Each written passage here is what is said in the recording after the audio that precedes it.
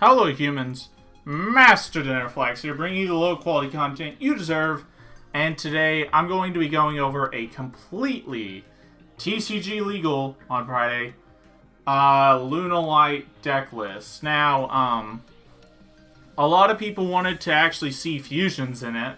I wonder why, because probably it's a fusion deck. So I did add the wolf, and I added the small Leo package. I like Leo. Don't get me wrong. I actually like what Leo Dancer does. It's insane. It's almost an OTK on itself. It's a Regeki when it attacks. Like, it's just very powerful.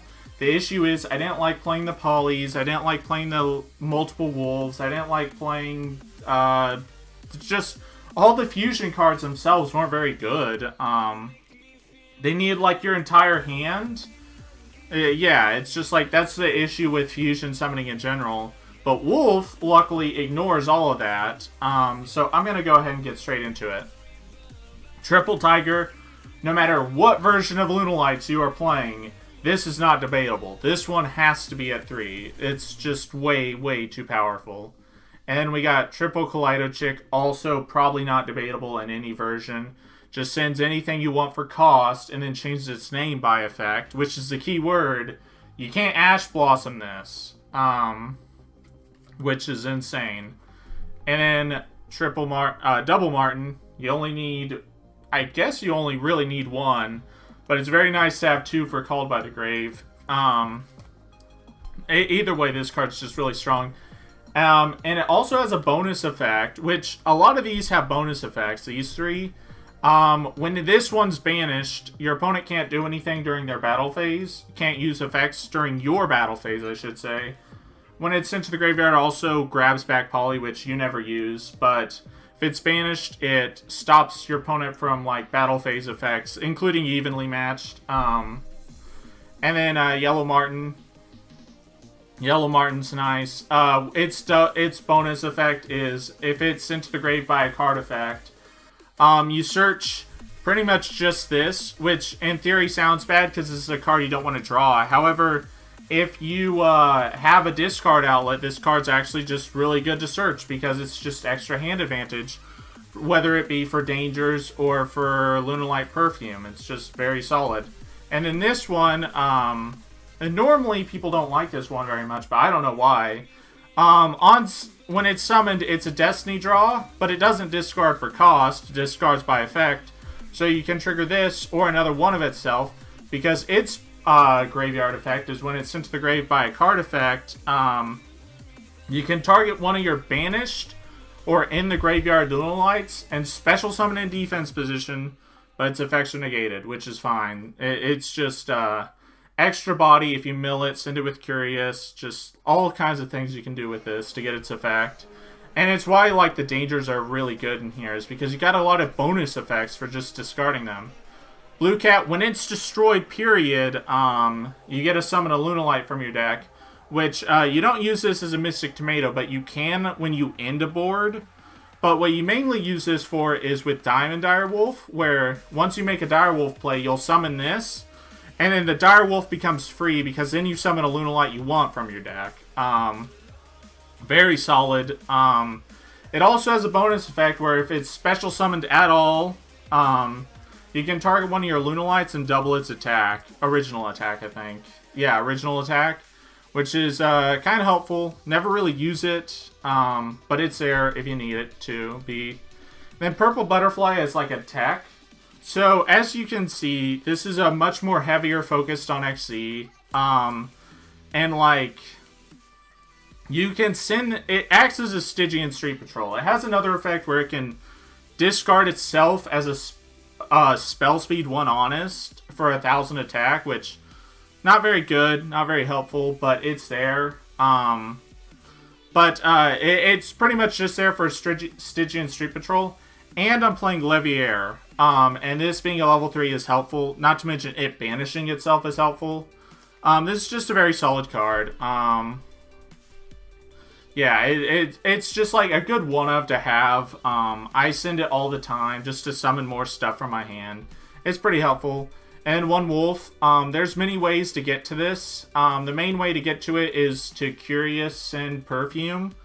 But you can also, like, mill it, revive it with, like, all your revival cards, and then bounce it to your hand with Martin, and that also works. I've done that a few times before.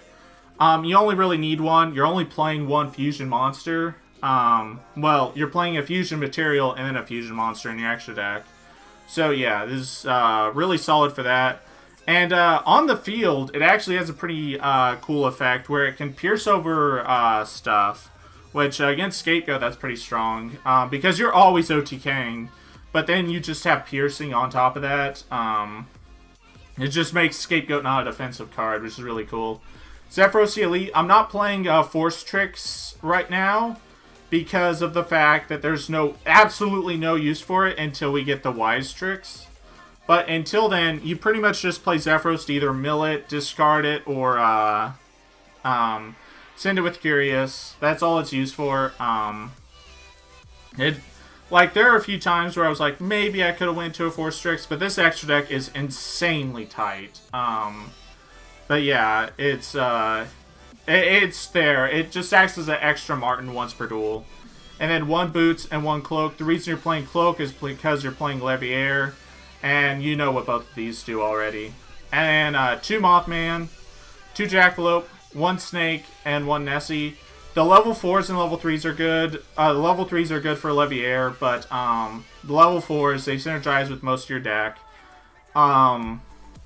Nessie's probably the least synergetic, but it's probably the most powerful danger, because it just can tutor out any of the others. And then for spells, Allure, just more draw power. You have 6 dangers, 3 Allure Darkness, and 2 Emerald Bird. You actually have a lot of draw power in here. And a lot of search power too, so you can really thin your deck pretty quick.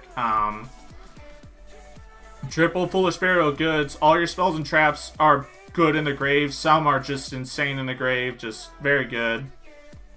And then Perfume, it's a monster reborn that also just acts as just a searcher. It's a Rhoda monster reborn. What else could you want? And then Triple Tinky, another Rhoda. There's so many things. This card's awesome. And then the rank up magic for the combo. And then Foolish Burial. Again, like a lot of your cards have card effects when they go to the graveyard, so this one's pretty helpful. Then for the traps, 1 Fogblade, 1 Shade Brigandine, which you need for the combo. Fogblade's just kind of there if you've made Rusty Bardish and you already have the body you need, then you can just search a defensive card. This because, obviously you need it for Foolish Burial. This card's very good. It's also the only search target for Martin. And then Treacherous, because I'm playing Rafflesia, and I'll have to explain Rafflesia, because normally it seems a very weird choice, but I'll explain it. Side deck doesn't matter. You can play whatever you want. It's very flexible. The extra deck is really, really tight. Like, insanely tight. So I have to kind of explain my choices. Proxy Dragon, just because it was a follow-up link that just gives you 2 arrows. And that's the only thing that matters. Arrows. Not the links themselves, but the arrows they give you. And we got Rusty Bardish, Wee Witch. Rusty Bardish you need for the combo. Wee Witch to climb up into the combo. This card, it's one of the only ways to recycle some of your banished stuff, which is important. But also, it can pop spells and traps. I couldn't play Phoenix because its arrows were so shit. But, Darbadal has good arrows and can pop your opponent's back row still. But it pops one of yours as well. But that's fine because it's like popping Tinkies or Tigers, which either weren't doing anything to begin with, or a Tiger, you get its effect. So, yeah. And then Curious, no need to explain. Then Borreload, because we're playing the Fusion, you don't need to play Boral Sword because that would be redundant. And Borreload's very good against this deck's worst matchup, Thunder Dragon. Leviair, you need it all the time. Recurring banished stuff is super important in this deck. Tiger King, super, super good. This is probably the best deck C in here. Because this, like I said, the deck's worst matchup is Thunder Dragons. But just like anything in general, you just negate a whole field except your cards. And at the same time, it's searching your engine. Like, This card's ridiculous. I can't believe it. Like, this is one of the best XEs I've ever played. Yeah. Man, the card's good. Kagasuchi is also really nice. It mills 5, which is very good because a lot of your cards want to be in the graveyard. And then it protects itself by detaching materials. But when it detaches, it's a card effect to detach. So that means it triggers Martin, Emerald Bird, which is really cool. Because with Proxy Dragon, if you have Proxy Dragon, it makes your cards very much like My Body as a Shield. Because Proxy Dragon can protect like stuff from destruction like Twin Twisters by destroying Kagasuchi. But Kagasuchi can protect itself by detaching a material. And one of the best materials to attach under it is Emerald Bird, because then it just summons something back. Like, very, very good. And then Rafflesia. I'm going to have to explain this one. So, Rafflesia is a card that is defensive. Like, I needed another defensive XC in here. And it was Baguska, Evil Swarm, Nightmare, Giant Hand, or this. Baguska conflicts with too many of your cards. Even though in theory it shouldn't, like if you have the fusion. If you don't have the fusion, it conflicts with everything. Conflicts with Azathoth. It just conflicts with way too much stuff. Then it was like Evil Swarm, Nightmare, Giant Hand, or this. A Giant Hand is really shit because if you're making Azathoth, it doesn't matter. Nightmare has low stats, requires Starks. But the worst thing about both of them is that every time I played them, you can just get impermanenced, and then it doesn't matter. This card, while it has XE materials, is unaffected by traps. So that means impermanence has no effect on this. But more importantly, this is a defensive XE that can be offensive with Treacherous Trap Hole. Treacherous Trap Hole destroys 2 monsters, which can include itself if you just need to get it off the field.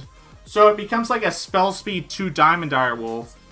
And that's really solid. Like, you can just summon this into your opponent's board and nuke 2 of their cards away.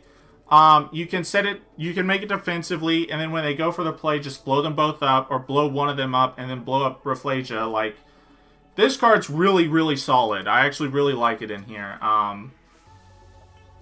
It's probably, like, in theory it should have been power crept, but it's been working really well in here. And then Diamond Direwolf, all your cards have synergy with this card. They get effects from going to the graveyard, or like, if it's Kagasuchi, it can protect itself, so it didn't even matter. Yeah, just very solid. And then the Azathoth combo, and then the Leo Dancer combo. Leo Dancer just defeats the purpose of Boral Sword in here. This card is insane. And yeah, that's about it. Thank you all for watching. Hopefully you enjoyed this video. And what I'll do later is I'll go over a TCG combo you can do with just the cards we currently have without Wise Tricks. I'll probably go into that. So thank you all for watching, and remember, Master DinnerFlax will take your soul.